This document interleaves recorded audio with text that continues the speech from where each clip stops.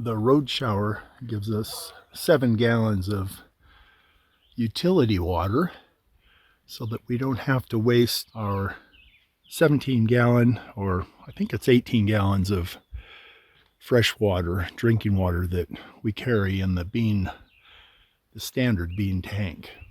So we use this for washing and pre-washing dishes. We've got a hose and a nozzle here for spraying things off. In this tank we can fill from other water sources, non-drinking water sources like lakes and streams.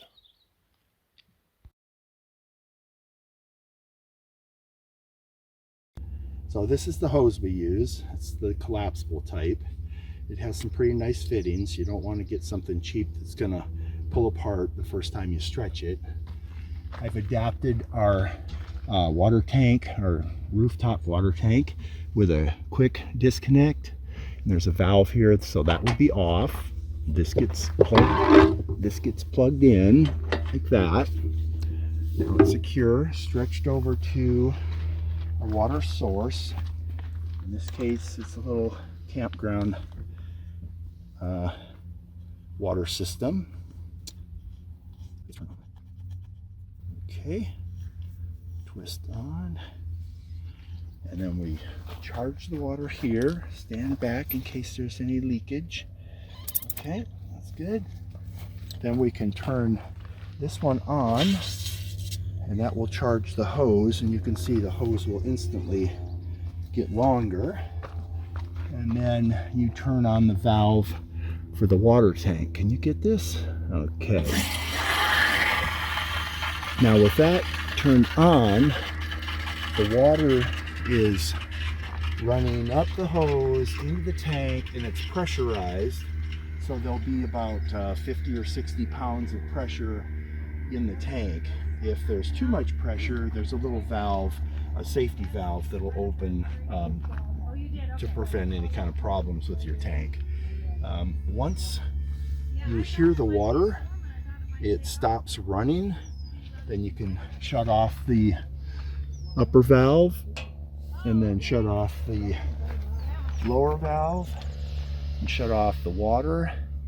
And now you still have to contend with some pressure and some water that's left in the hose.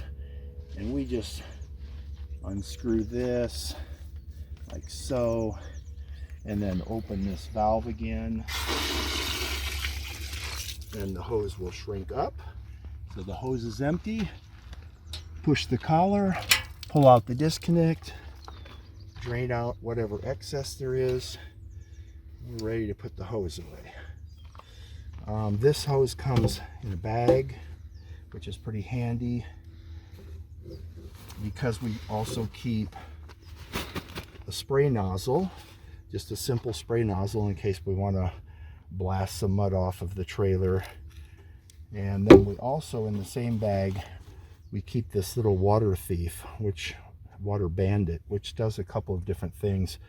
First, it'll allow you to connect to any odd type of a water hydrant. Sometimes there's a non-threaded hydrant, and we also use the same device to extend our gray water. We don't always use it, but it can be used for this purpose.